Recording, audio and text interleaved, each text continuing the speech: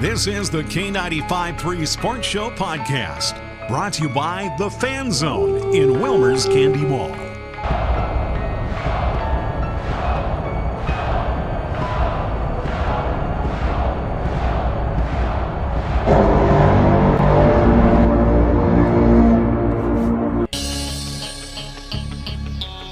Welcome to the K953 Sports Show podcast. My name is Beau.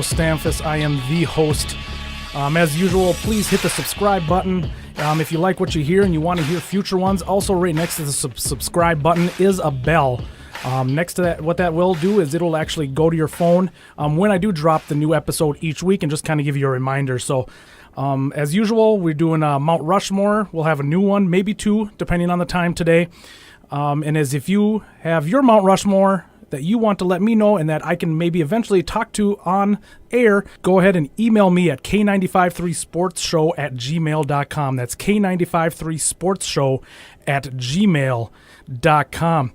With me today is, to my right is Dr. Brian Paulson, a chiropractor here in town at Dunnick Chiropractic. A good friend of mine that's a fellow Viking fan. So welcome, Brian. Thanks for having me. Skull. Skull.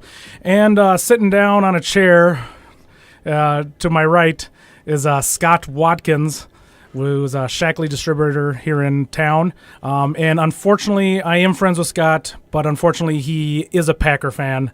And figured we might as well throw them a bone and bring a Packer fan in here so they can have their side of the conversation for today's talk. How's it going today, Scott? It's going really well. Thanks for having me. I appreciate it. Hey, definitely, no problem, man. So, just to give kind of a quick show outline here, we're going to kind of start off with reviewing the Niners-Vikings game. Then we're going to have Scott talk a little bit about the Packers, what they did a little bit on the offseason, and maybe touch on Week 1. Obviously, some interesting notes from Week 1 against the Bears for the Packers. Then we're going to preview this Sunday's game between the Vikes and Pack. And then we're going to for surely get Scott's Mount Rushmore in.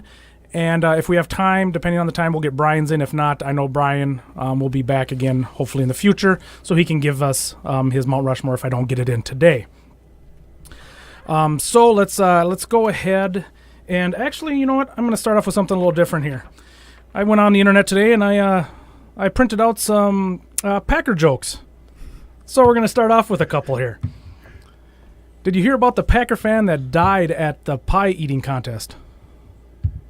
The cow kicked him in the head. Fair enough. I'll go with it. What do you call a beautiful girl in Green Bay? A tourist.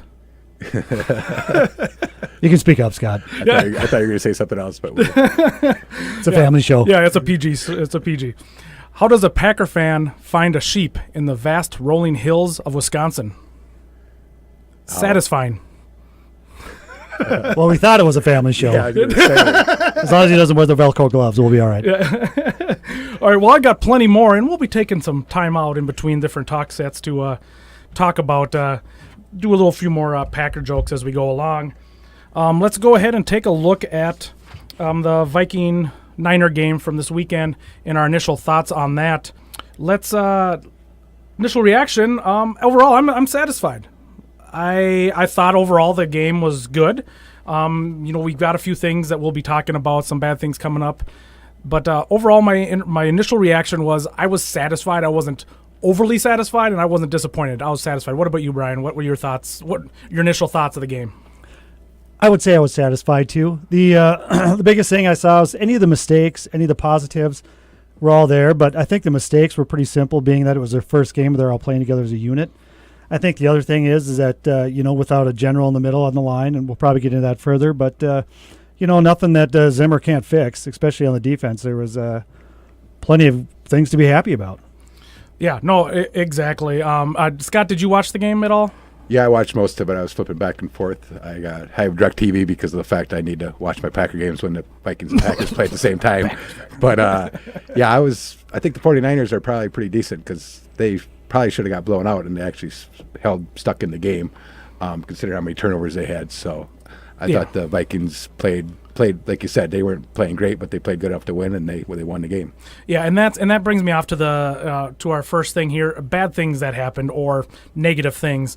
For me, was as you talked, I don't think necessarily the Niners kept themselves in the games. I felt we kept them in the game. Offense stalled completely in the fourth quarter.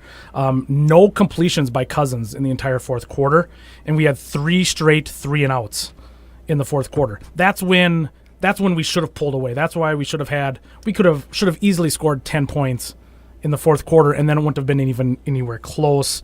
What was Dr. Bryan? What do you think? What were your negatives on the game? I'll agree with you in the fourth quarter, but as a Viking fan forever and ever, I think we've become accustomed to that. Let's not put the gas on the fire. Let's just, play not to lose. So we had that. The biggest thing that I thought was a little frustrating on defense is giving up some of those big chunks of yardage to the tight end on those misdirection. Yeah, we always passes. have trouble. What was that, 85? Number 85, Kittles. whatever that is. Kittles. Yeah, Kittles. Kittles and bits. Kittles and bits. He had a lot of bits of yardage. So, Yeah. I mean, but those are the things that, Zimmer's obviously a defensive genius. He'll figure that out and patch that up. We've always kind of had, for some reason, had some trouble with our tight ends. I don't know. That seems like if there's ever a position that we've had trouble with over the years, the tight ends always seem to do it, and which doesn't make sense because with Kendricks and Barr, it's not like we have Slappy and Slappy Jr. there. I mean, these are solid starters in the NFL, but I don't know what the key what was wrong. Yeah, I don't know. I think it was just the misdirection. I mean, if you listen to all the prognosticators, they're all talking about the misdirection, which was true. It was the guy standing there wide open. So I think to me that'll be an easy fix for Zimmer. It'll just be a matter of getting on film and looking at it. Yeah, no, exactly. And in Zimmer, I definitely trust. Scott, I don't know if you wanted to chime in on this at all. I wrote down a couple bad things that happened for the Niners, but 4 turnovers is the biggest thing, especially when Alfred Morris fumbled the ball down the goal line. And twice in a row. Yeah. Got lucky that first time. It just bounced. It landed perfectly in his hand, and I'm like, Then he fumbled it the next time. I was like, yes. Yeah, George Kittle did have a good game. I wrote down he had 5 receptions for 90 yards, but everybody else, they pretty much shut down. So if you give up that to one person, that's not a bad thing. And Garoppolo, they held him in check as well, I thought. Yeah. No, the defensive line, which gets me into my good things that happened. The defensive line, Richardson and Hunter looked amazing. Richardson did exactly what we needed him to do. He pushed up the middle, and he got in the face. I didn't see if he actually got – did he get credited for a half a sack? I don't know if he did. I think Griffin got that one. Oh, no, they give him. They gave him half a one because he should have. Yeah, he blew up the line. Yeah, and then he grabbed as he was. I think Garoppolo would have still went down because you could kind of see him reach and grab his ankle. Right. And you can kind of see him starting to stumble, and then we finished it off and got the sack. So that's good. It shows here they only have Danielle Hunter in for 1. I thought he had 2. I thought they credited him with 2 as well. But I tell you what, that offseason signing of Richardson, to me, was a steal. Yeah. The guy was blowing up the middle the entire game, and that's just going to free up Hunter and Griffin and everybody else to lick their chops. Mm-hmm. Yeah, no, I'm definitely looking forward to that. Of course, Hughes with the pick 6, the first defensive rookie to have a pick 6 in his first game for a Viking, first Viking to ever do that. Once again, that was due to a huge rush. I mean, Garoppolo should have just ate that ball. I think that kind of showed his inexperience in it because there's 3 guys in his face, and he just threw it up. Pick 6 later. He's playing off the success of last year. Yeah, exactly. He's thinking 5-0 is going to still work at U.S. Bank. Yeah. Can't go so well. Yeah. No. And, of course, Cousins' first 3 quarters I really enjoyed. I mean, the touchdown pass to Diggs was beautiful. I went on my throughout the game, I'm on my Viking fan page that I have on Facebook. If anybody wants to join that, you just have to search for MN Vikings fan page. That's MN Vikings fan page on Facebook, and you can join my Facebook group that I started not too long after Chili got fired. So that's how long I've had the group going. But I commented on there after he made that catch. I go, throws that Keenum can't make for 100, Alex. Because it's true. Because it was just enough bullet pass to it, just enough loft. It was beautiful. Yeah, Keenum lobbed him all the time. Yeah, exactly. And they caught on by the end of the season. Yeah, obviously. Yeah, and another great one was I think it was in the second quarter. It was like a 12 to 15 yard pass to Thielen. There was like defenders on both sides of him within like a 3 yard radius of him, and he bulleted that thing in right there in the gut. And it was just boom, and I was like, I went on the page again. Passes that Keenum can't make for 200, Alex. And so he definitely looked very good. What about your thoughts on that, Scott? Do you have any? Well, I have to agree. To me, that's been the biggest problem for the Vikings quarterbacks the last few that they've had is they haven't had anybody that can stretch the field. They can be accurate and things like that, but if you can't throw the ball downfield, it's pretty hard to stretch the field and open up the plays for other players. It's going to help Dalvin Cook. It's going to help the whole offense. So, and like I said, they had 4 turnovers, which is huge. The Vikings defense is really good. Being a Packer fan, I don't like to admit that, but they are really good. Yeah, but you have a very good offense, so we'll talk about that later, I imagine. Mainly one guy. Yes, exactly. Well, we've been live on Facebook for a little bit. I'm going to let them go. Make sure you guys on Facebook check out the rest of the show. We'll be talking more Packer jokes and everything. Make sure you check it out when I post it live tomorrow late morning and on YouTube. So definitely check it out. Say goodbye to you guys on Facebook. Bye, guys. Bye. Go Pack. Oh, we can't end on that. Skull Vikings. All right. I just threw up in my mouth a little bit. I'll be all right. All right, guys. So let's look at game MVP.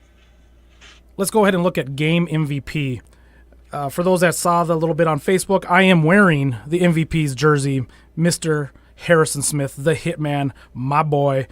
He was just unstoppable. The fact that he didn't make even the Pro Bowl last year as a first person. That was a joke. Yeah, as a first person. Bad one. And then I think he was rated like in the 40s or in the 50s in the top 100 NFL players that NFL Network does every year. And it's like he came out with a vengeance this first game, just everything. And what I like is he's kind of like that fixer, like they were saying on the broadcast. You want something done, Zimmer wants something done, he gives it to Harrison Smith. Yeah. It makes him do it. And why wouldn't you? His intelligence, besides his physical play, it's second to none to me in the NFL right now. You ask him to go up and hit like a linebacker, no problem. You ask him to go in coverage, no problem. Guy's amazing. Yeah, he is great, and it's definitely something. I think he's waiting for Rodgers this weekend. Oh yeah, if he plays. Yeah, if Rodgers plays, he's going to finish him off. But yeah, so I mean, definitely Harrison Smith for me was my MVP. Did you have anybody different for your MVP? No, I agree 100%. When I saw your itinerary, the only person that stood out right away was Harrison Smith. You can't say enough good things about the guy. I mean, and I love his quiet demeanor, his play. He lets all of his talking on the field, and that to me is, what's lost in professional sports. To me, that's awesome. Just keep it up. Like a blue collar. He's a beast. Yeah, blue collar. He lets his play do the talking. Love it. Exactly. And who did you have there, Scott? I had Harrison Smith also. I mean, I looked at the stat line just to make sure I wasn't missing something, and he had 1 fumble recovery, 1 interception, 1 sack, I believe is what I thought I saw. So it's pretty obvious he was far and above the best player on the field that game. Yeah, no, I agree. I mean, he came in with that big sack in the fourth quarter, I believe, and then of course, obviously the ending interception. I mean, that he was just ball hawking there, just waiting for Garoppolo to see that guy coming across the middle, and then he just broke on it and picked it off. It was beautiful. I was at first I was kind of like when he kept on running, I was like, all right, we've won the game. Try to get the touchdown, but if you see a guy in front of you, just fall down. I imagine the coaches talked to him a little bit about that after the game, like just if you got some space, go. But when they're hitting you, go down. Yeah, exactly. Yeah, hold on to the ball. Yeah, we won the game. It's over. As far as final thoughts on the game, I guess my final thoughts on the game would be just I would like to see the offense be a little smoother. Obviously, not have the fourth quarter being down in the fourth quarter and not producing in the fourth quarter, because that's the most important. I mean, we had the lead, so we didn't really have to do a lot. I felt our offensive line didn't block as well as they should defend. For the run game, I was a little surprised that I thought that was our strong suit, and I wasn't too impressed with the run blocking. To touch on that topic, and you heard a lot of guys talk about that this weekend too, but you had the center blanking right now. Jones, yeah, thank you. He was with the team 10 days. Mm-hmm. He's the guy that calls the plays on the offensive line. He's been there 10 days. He's not going to run the show like Elfline does. And I think once Elfline's back and maybe Jones switches over to guard, I think a lot of those blocking schemes will be fixed. You'll see some more screen passes where Elfline was so great last year of getting down the field and helping to block. Mm-hmm. We just didn't have that this time, and for what they were doing patched together, I thought it was a fairly adequate job. I mean, it wasn't great. Yeah. I'd say I'd give the offensive line like a C+, B- ish grade if I had to. Give him a C. Yeah, so because I mean, there was a few times Compton had the D tackle go around him right away at the beginning of the game for a sack, but otherwise the rest of the game he was pretty solid in the pass protection. I just feel that it's gonna take some time for them to gel, even as an offense. I think we saw a lot of sloppy ball across the NFL completely from all teams, and I think that has to do more and more with teams playing their starters less and less in the preseason. You know what I mean? It's you're coming in to the season and they've only played maybe a little over half of a game. Yeah, I mean, I could see that, Scott. When you agree, like last night against the Rams-Oakland game, Rams were non-existent in the first half, and it was like all of a sudden, oh, hey, we're playing together again, and they lit it up. Yeah, I was thinking the same thing Beau was saying. Nowadays, with things have changed so much in the preseason, you used to be able to count on at least the third game seeing your starters play at least a half, and there was teams that didn't play their starters at all, and I think Rams were one of them that their starters didn't take one snap all preseason. And I can't blame them nowadays with all the injuries. Thought it was also interesting as far as all the helmet hits, the new rule, how many were called in preseason. I don't think there was one called. If there was one there was only. One. Okay, one only. That's a big difference considering how many they were called. But actually there was 15. I read earlier just before I got here, 15 of the landing with your weight on the quarterback, which of course Richardson got penalized for in our game. 15 of those calls yesterday, really? Which I think is a ridiculous. Well, let's call it the rule that it is. It's the Aaron Rodgers rule, is because Barr landed with his weight on him, but his collarbone went, and all of a sudden, we can't have God's gift of football miss any more games because he's the great and almighty Aaron Rodgers from the Green Bay Packers. So they got to put, just like with the Brady rule many years ago. I was going to say that's Rodgers stepped into the Brady class because I used to get so frustrated because Brady used to get babied so bad. I mean, a couple years ago, the guy was Rodgers has always been babied. What are you talking about? It's kind of like that meme going around right now where they show Rodgers face down and they said, "Get up, Rodgers." It's just a coin toss. That's kind of how it is. It's frustrating to see. I mean, you think about somebody like Richardson tackling a quarterback. He's supposed to roll off him with the inertia of a 300-pound guy. I mean, if a Harrison Smith or one of the smaller D-backs hits a quarterback, they're probably able to challenge their body and roll it off a little bit. Yep. But let's put a 300-pound guy in mid-flight to try to roll off the quarterback. Yeah. Good luck. Yeah. So we're going to have to play ticky-tack football from now on, and I think, Sendejo had the perfect hat the other day. Make football violent again. Yeah. I was a big fan of that because not that we need to be violent or create injuries, but play football the way the game was supposed to be played. Yeah. No. I totally agree. I'm afraid it's just going to get worse and worse on that aspect, and it's like you said, that's part of the game. The players now, they know what's involved in this game. It's been long enough that they know concussion and stuff like that. They know what they're signing up for. They know that that's a sport that they love, that they want to be really good at. They want to hopefully make the NFL. They hopefully want to make millions of dollars during their career and then just relax as much as they possibly can after, if they're smart with their money. But they know that when they hit 65 that they're going to be, limping because of their bad knees, or, unfortunately they might have several concussions and have some of the problems with the concussions, but they know that's going to happen. They know what they're signing up for. That's like somebody going to be a skydiver and he dies because of you knew there was a chance. With all the injuries coming on and the concussion protocols, etc. It's something I know about, and I work a lot with the high school athletes in this area. We obviously don't have any major college teams of professional athletes. I have friends that treat them, but they're coming up with so many different concussion protocols. I shouldn't say so many different, but they're honing in pretty well on it. They're still trying to figure out a lot of concussion, but, the safe tackling they're teaching now in youth, the heads up, all that kind of stuff, the treatment, the programs that we're doing neurologically, just the physical medicine in general has gotten so much better. But these players also have to take care of themselves. But you're exactly right. They know it's an inherent risk. Yep. No one's forcing them to play football. Exactly. So if they're going to play football, they should be ready to take these hits and jolts. And, we want to protect them as much as we can, but, what are we going to pull the helmets off and put flags on them pretty soon? Which, I hope not. The reason that people watch the NFL is because of what it is. And I understand you have to be careful with concussions, and I agree 100% with the protocols because there are times, old school, even when I was a kid, it's like, you're okay, get out there. Your bell was just wrong. And you probably weren't okay. But that's changed, just like everything in America changes when things need to be changed. But at the same time, you have to still, like I said, the contact is what gets people watching the game. I'm sorry, that's people like to see the flying around. Another problem now is that the players are so much bigger than they were back in the day as well. Exactly. So that creates more force. And like Dr. Brian More just athletic. mentioned about somebody 300 pounds trying to stop themselves. And see it in college too. It's like, well, if the ball's up here and they start going for the hit, and then the ball makes the person change their angle, it didn't mean the person was trying to be a cheap shot. It just happened to lead with his head because the person ducked 3 feet or a foot. So sometimes it's just the way the game played out. Yeah, it's just so fast. Correct. There isn't the time to think usually. To move a little more to your right so your entire body weight doesn't land on the quarterback, or a little more to the left, or a little bit lower because that ball might be a foot lower the pass. You go for it and you hit them. Yeah, no, I agree. I think that's something that, God, I hope they don't start calling less, because that could really start turning around games and stuff. You know, they're already starting to develop helmets right now. I saw on Good Morning NFL or whatever that is, the NFL Network this morning.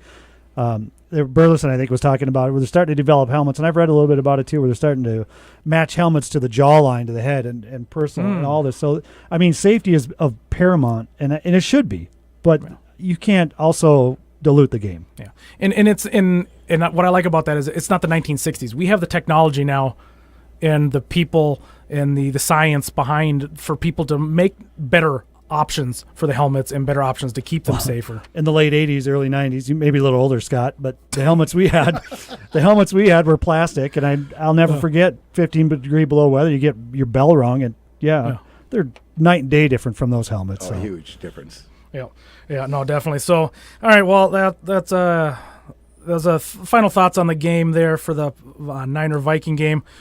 We have to talk about one run in particular. Yeah, no, let's do it. Dalvin Cook's run where he fumbled it. Oh, yes. Minus that fumble, that man is an angry man running. And it is so good to see him put his head down and run like that. I mean, he picked that ball up, and the guy did a great defensive play. You can't get mad at him necessarily for making a great defensive play.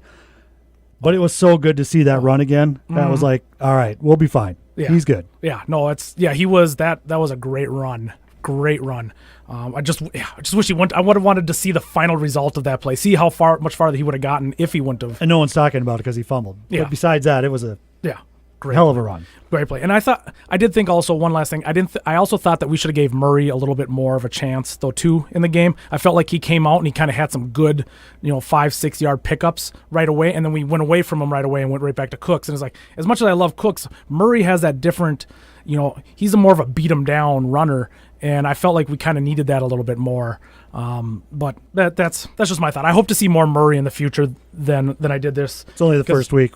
We gotta calm down a little bit. Yeah, because Murray. I know I get fired up, but I agree. Murray was on fire when he was in. Yeah, well, I guess Murray had 11 attempts, but most of them were in the fourth quarter when we were running the clock out, and they knew we were running, so they did it. So before we get to Scott and him talk about Packers a little bit, let's go back to a few more Packer jokes. Since they obviously went so well over last time. All right. What is the difference between a bucket of crap and a Green Bay Packers fan? The bucket. What does a Green Bay Packers fan and a bottle of beer have in common? They're both empty from the neck up. I believe I almost feel bad for Scott at this point. I mean, as much as I can't say on the Packers, I mean, Scott's going to have to Google some Viking jokes pretty quick. I mean, I've got a couple. Well, unfortunately, they're true. That's why. Well, we'll get one. We'll get it. Well, maybe let him have one. Huh? Yeah. Well, no.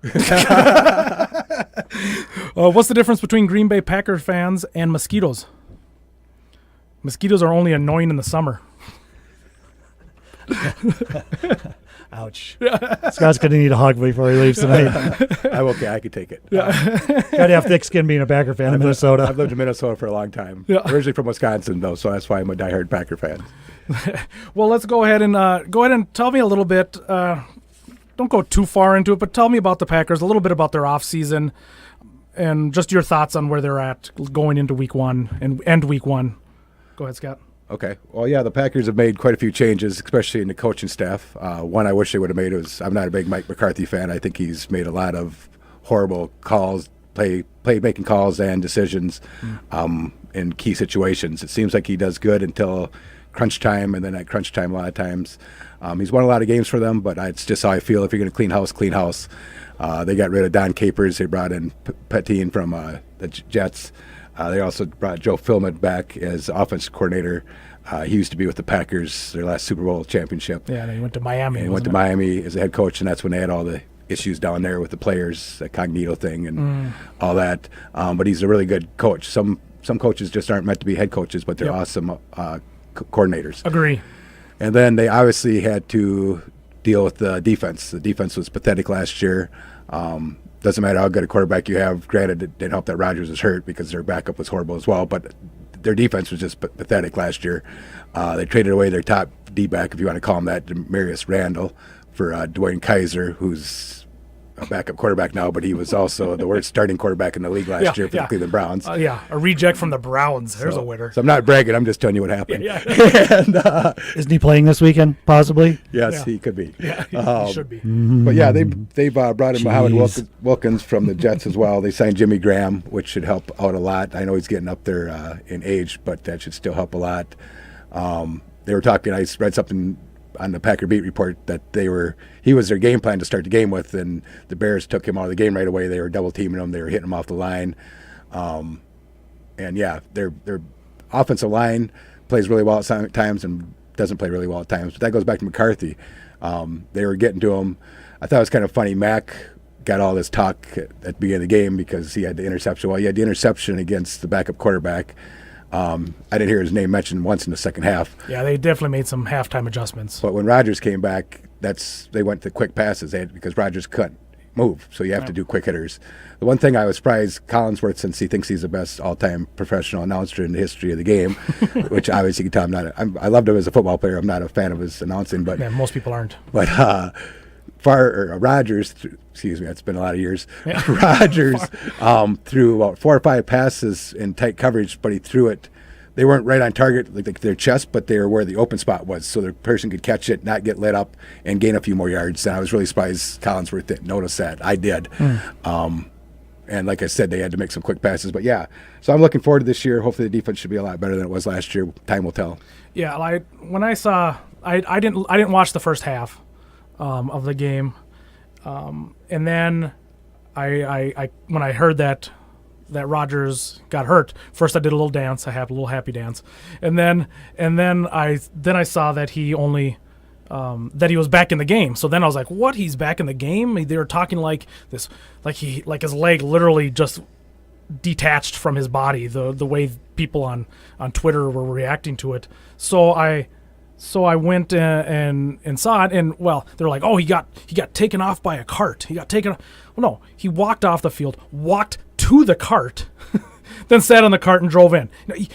I don't count that as getting carted off the field. That's not, if you're at the 50-yard line and the cart has to come out and pick you up, yes, that's getting carted off the field. Walking to the cart and then being like, oh, I don't want to have to walk the next 100 yards to the locker room. Jeez, man. That one place where they change, get ready, and check them out. Japers. My goodness, Beau. Well, he spent probably a good 10, 15 minutes in the tent too before they even took him to the locker room. Yeah. So it's like, and if it ends up being just that MCL sprain, that's what I got sick of listening to. When you talk about Collinsworth and how you didn't like him for those reasons, I didn't like him because they're sitting there comparing him to these great things that happened in like championship series and this is week 1. Yeah, well, the Bears. Collinsworth probably didn't do that on the Bengals, so that's why he didn't have anything to compare it with. Yeah. When I was with the Bengals, the Willis Reed comparison was a little out of line. I mean, that was in a championship game, like I said, and he had a broken leg. Yeah. And he's playing basketball and has to constantly run up and down the court. I'm not saying Rodgers didn't do well coming back, but you're doing quick. Tell you, if you have a pretty hot knee, though, MCL, anything like that, as much as I would like to do bad things to Rodgers, I give the guy credit. Oh, for sure. Because that hurts. Holy cow, was he... I mean, I watched the second half of that game pretty close. He was so drugged up, he didn't feel a thing. No, I think so. Whatever he's having, I'd like to have. Yeah. But it was pretty impressive. The guy could hardly plant on his foot, and yet he's throwing these perfectly thrown walls. It was pretty incredible, and I hate saying that. Well, see, and I think the reason why I hate Rodgers is he's just got that arrogance to him. You know what? Like I didn't like Favre but I respected Favre. He had that boy-like charm, like, oh, he's just out there playing a fun game. There's confidence versus cocky. Exactly, and that's Right. what I hate about Rodgers. He's just got that that little look. smirk. Oh, God, I just yeah. Which Scott has right now. He's got this smirk going on right Yeah, now. exactly. I lived through the Lynn Dickey years and the Pat Hadel years, and we're very blessed to have two quarterbacks with Favre and Rodgers that we've had. So I just sit here and smile because I know Yes, I very lucky. do not like the Vikings, and the Vikings do not like the Packers, and I respect that. It's all fun, though. You just Yeah, want your it's all Majikowski. good fun for sure. You want your I Don mean, Majikowski jersey back on, though, don't you? Yeah, the Magic Man. But yeah, so I mean, I've been through a lot of horrible Packer years. So when people tell me that, it's like I was born in '67, so I was born the year. You know, I wonder why you guys don't hold on to those that much more. You hold on to a lot of the other stuff, but not those years too much. Oh, I admit it. Yeah.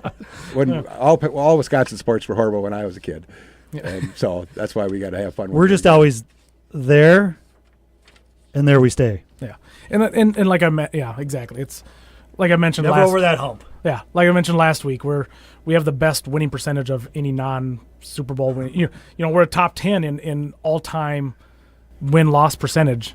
The Vikings are, but we just can't get over the hump, unfortunately. So yeah, I seen the Vikings. I looked when I was doing some research for the show. I saw that the Vikings have made the playoffs 27 times, the third most ever in the NFL. yeah, exactly. That's I've always asked. Would you rather be the Buccaneers or the Saints, who have won each one Super Bowl but have been overly worthless franchise for most of their existence?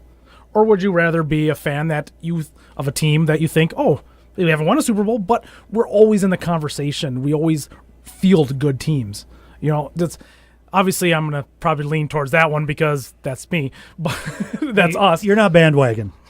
Neither is Scott. None of us in here are bandwagon, and that's what makes it important. Exactly. So let's get to the game here. What will need to happen for the Vikes to win? Well, one thing that will need to happen is Rodgers not playing. I think that'll almost guarantee, without guaranteeing. I want Rodgers to play. I want to bury him. I think the Vikes will beat him. I mean, the only thing that I would say is you look at that whole defensive line of the Minnesota Vikings. Now, I will say, who's the tackle that was going up against Mac most of the night? Boga. Yeah, he did a great job. But the bottom line is we've got 4 or 5 linemen that he can't all block. Yeah. But he did an amazing job against Mac because you're right. We didn't hear about Mac the whole entire second half. So he did an amazing job. But I think that key is going to be the lineup, the line, the offense versus defensive line. Yep. I agree 100%. Yeah. So it's and like I said, and if for some reason Rodgers does play, what I understand. I would like to beat the Packers. Well, let's call them the Rodgers. The Green Bay Rodgers. Let's be honest. They It's are the Rodgers Green Bay neighborhood. Rodgers. They are the Green Bay Rodgers. He's amazing. I'll give him that. It's I mean I hate saying it. because they're not a team without him.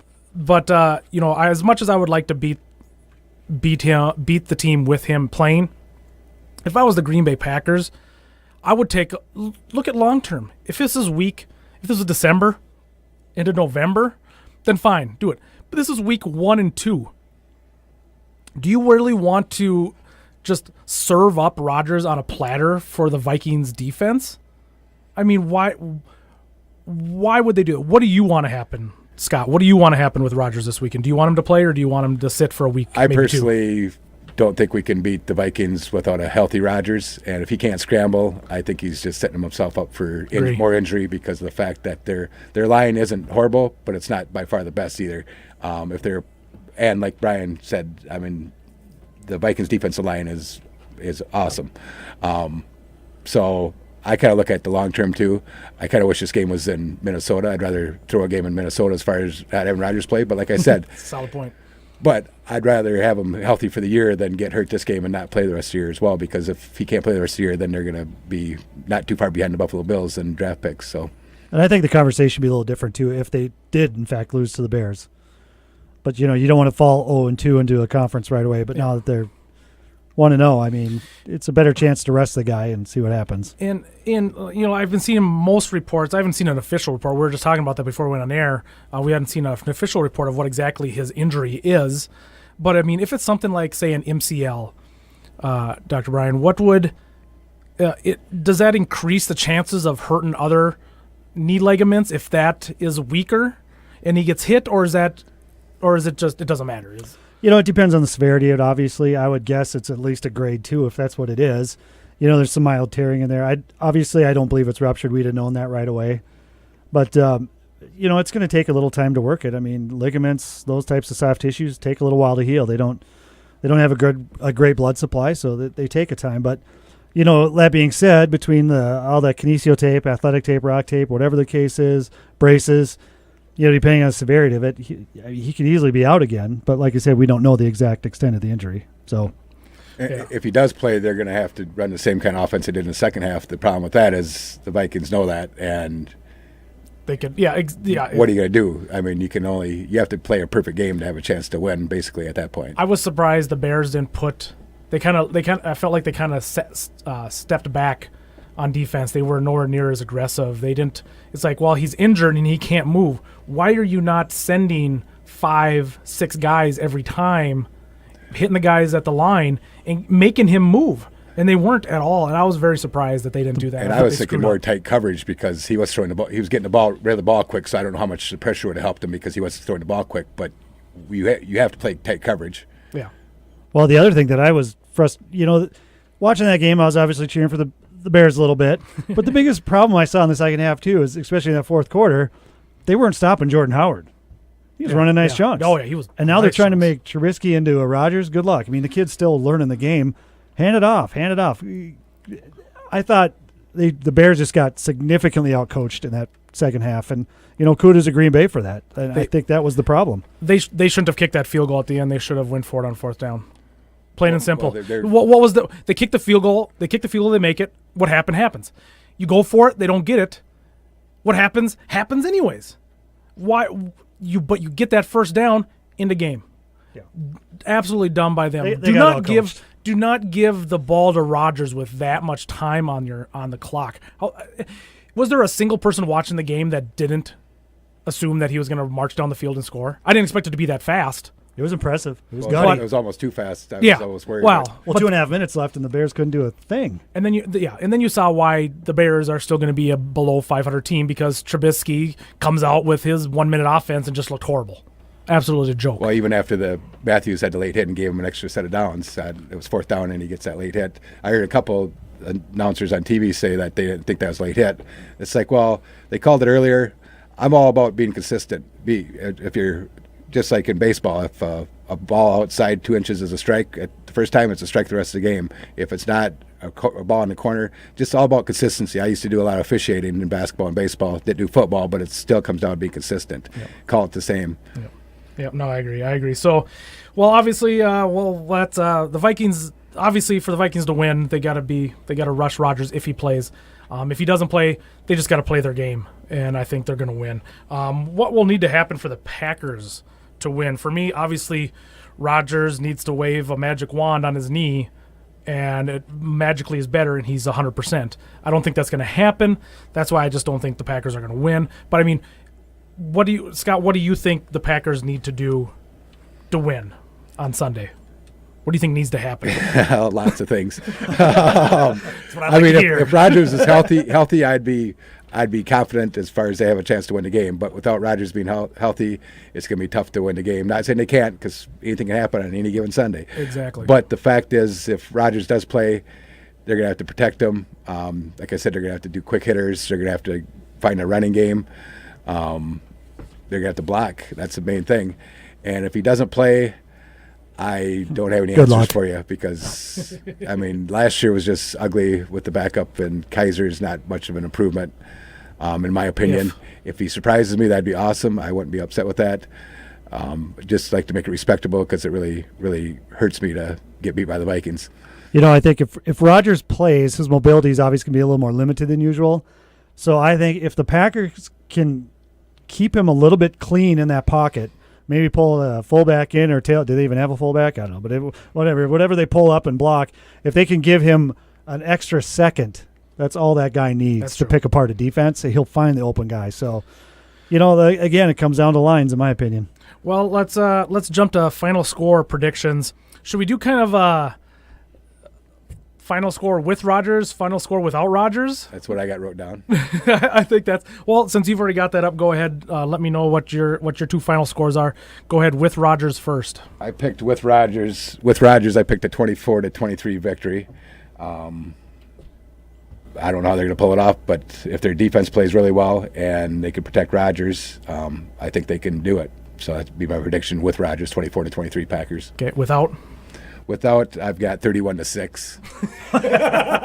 That kills me. Oh, I love that kills me, but I'm. It's not the shutout like last year. I try to be, what do they call those fans, as far as not trying to be biased, non-biased. You're a real fan. You're a football fan. I'm a realist, I guess. You're a fan of football as well. Not a Kool-Aid drinker. Yeah, so, no, that sounds about right for two. What about you, Brian? What do you think with Rodgers? I honestly, the Vikings always, even when the Vikings are one of the bad teams that year, they always play the Packers tough, to me. They always play them tough. Years they've lost, they should have won. I'm going to say with Rodgers, I think they're still going to win, probably 31-17. And the reason why I'm going to say that is outside of Rodgers, they got nothing. And they're going to have a good defense in a year or two, I think. But right now, I just don't see it. If they all pan out. Right, if they all pan out.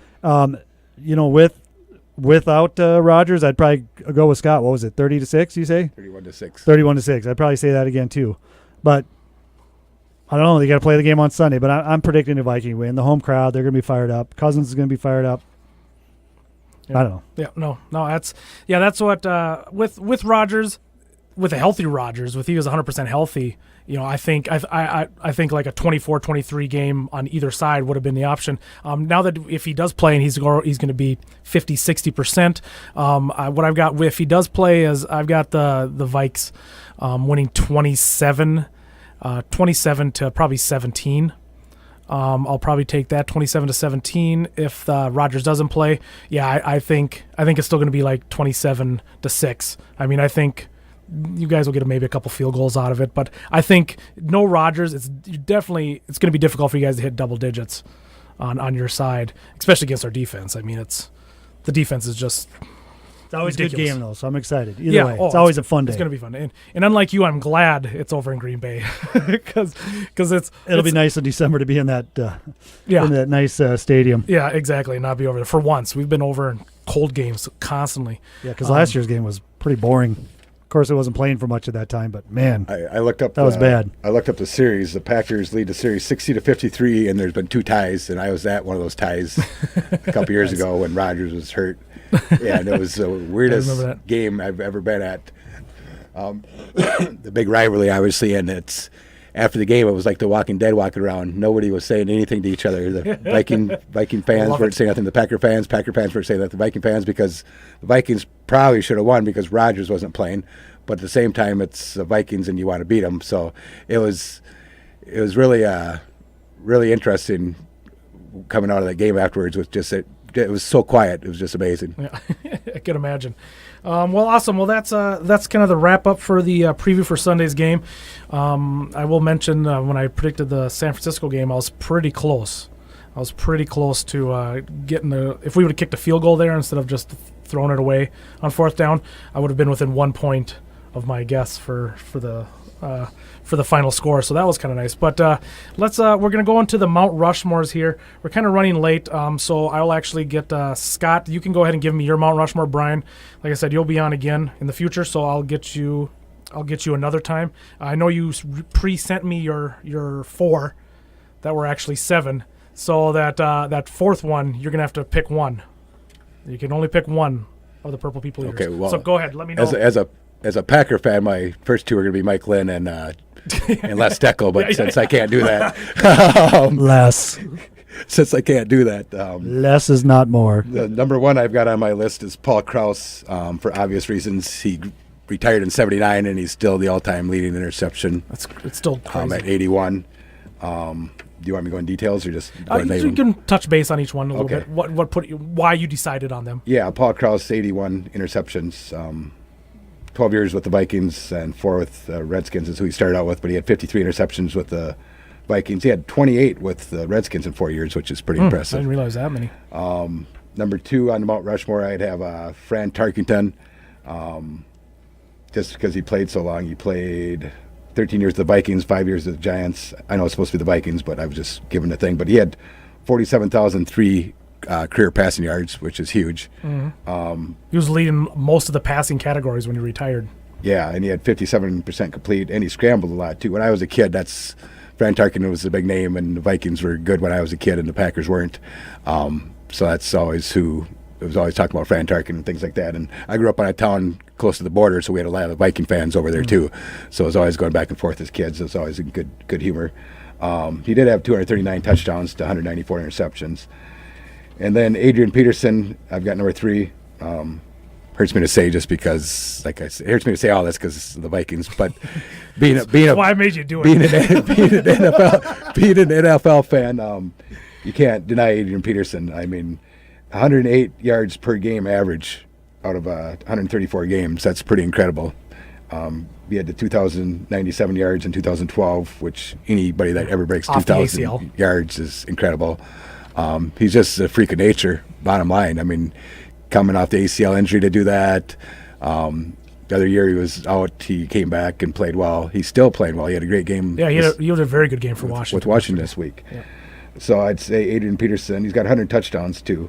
It was like 2,000 some fantasy points for you fantasy fans out there. I was kind of laughing at that. And then the 4th, I picked the group as a whole, Purple People Eaters. If I had to go with one, let's see, it's tough because that's the defensive line. They're the first team to ever lead the league in total defense, pass defense, and rush defense, and the Eagles are the ones that did it since. I'm going to go with, I've met like Carl Eller. I'm going to go with Gary Larson. He retired in 75. Larson. So he was the 4th unknown member of that Purple Eater team. Give him some love. If you ask, the overlooked player. If you ask the Purple People Eaters, just about everybody can name off those first 3, and I'm guessing the majority of people would have a hard time with Gary Larson. He did retire in 75, so he wasn't part of the defense that led the league and all that. He's not the far side guy either. But yeah, I'm going to give it to Gary Larson as a shout out. Awesome. Yeah, no, that was kind of much respect for a Packer fan. Yeah, no, I'll give that. Nice job. No, it was a very good job. I'll ask one question, and I'd be interested. You left off both Carter and Moss. Moss because he just pummeled you guys every time he played. He didn't like the moon. Yeah, he didn't like the moon. I actually was looking at Sammy White and Ahmad Rashad over those two. Really? Just because you're from old. His time era. Yeah, I was going to say because you're old. Because I'm old school. And yeah, those Carter and Moss were both great. As a Packer fan, I always used to talk a lot about how Carter used to like to push off a little bit. That's my opinion as a Packer fan. And Moss lit it up. My problem with Moss is his attitude. Bottom line, I just thought he had a selfish attitude. He was an awesome player. He did great things. Culpepper did great things too. I just went with Tarkenton just because of longevity. Yeah. So that's why. No, it was a good, and I'm glad. Last week we had a Niners fan give his Mount Rushmore Vikings players, and I like the outside perspective because obviously Brian and I are in the belly of the beast of watching the Vikings, and we live and breathe them, but it's cool to hear an outside perspective on what they think. So it's really hard for Viking fans to come up with 4 names. Yeah. I mean, I was even thinking about Keith Millard today, of all people. Yeah, he popped in my head too. Yeah. I do like Chris Carter as an announcer as far as his commentary and his look and stuff. I think he's a realist and things like that. Yep. Well, awesome, guys. Well, before I wrap it up, we're going to finish off with just one last Packer joke. It's I've heard this one before. Maybe you guys have too. It's a little longer one, so deal with me here. So 3 guys, a Bear fan, a Packer fan, and a Viking fan are out walking together one day. They come across a lantern and a genie pops out of it. I will give you each 1 wish. That's 3 wishes total, says the genie. The Bear fan says, I'm a farmer. My dad was a farmer, and my son will also be a farmer. I want the land to be forever fertile in Illinois. With a blink of the genie's eye, boom, the land in Illinois was forever made fertile for farming. The Packer fan was amazed, so he said, I want a wall around Wisconsin so that no infidels, Bear fans, or Viking fans can come into our precious state. Again, with a blink of the genie's eye, poof, there was a huge wall around Wisconsin. So next is the Viking fan, and he asks, I'm very curious. Please tell me more about this wall. The genie explains, well, it's about 150 feet high, 50 feet thick, and completely surrounds the state. Nothing can get in or out. The Viking fan thinks for a second and says, fill it up with water. I don't even know what to say about that. That was pretty good. I don't condone violence. Oh, shoot. Well, you guys... Except on the football field. Yeah, exactly. Well, on that note, I think we'll kind of wrap it up here. Once again, thank you for all that did listen. Once again, please hit subscribe. Also hit the bell. Thank you to the Fan Zone and the Candy Mall for being our sponsor. And get me your Mount Rushmores, K953 Sports Show at gmail.com, K953 Sports Show at gmail.com. And when I get some in, I'll read them. We'll talk about them on the air, especially if I see somebody different, like I did last week with one different, with Antoine Winfield being put on one. That was definitely different. So I appreciate the you guys sending in your Mount Rushmore. So please do that. Also, just continue to listen to share the podcast around to your fellow Viking fans, so they can kind of get the down low on it. So thank you, Brian, for coming in. We'll definitely, like I said, we'll definitely get you in sometime soon again. It was fun. Never done one of these. I enjoyed it. Nice. Even with the Packer guy here. Yeah. It was still fun. Yeah. And thank you, Scott, for coming in. We'll definitely we'll try to sit down and get you in for the next Packer Viking game if you would want to come back again. Yeah, that'd be great. It's I enjoyed myself too, and it makes it easier having friends give me a hard time. So. Yeah. No problem. So thank you guys once again. Hit the subscribe button, and that'll do it for this week. We'll see you next week where we will sit down. I think my dad is coming back, and Russ G from Anytime Fitness will be coming in also, and we'll talk about the Viking Packer game, and then we'll preview. I guess it's supposed to be a game with the Bills. I don't know. They're like a college team. Still playing? Yeah, I think. Well, maybe not after this weekend. So we'll talk. We'll also talk the Vikings Bills game coming up next weekend also. So thanks guys for listening, and we'll see you next week.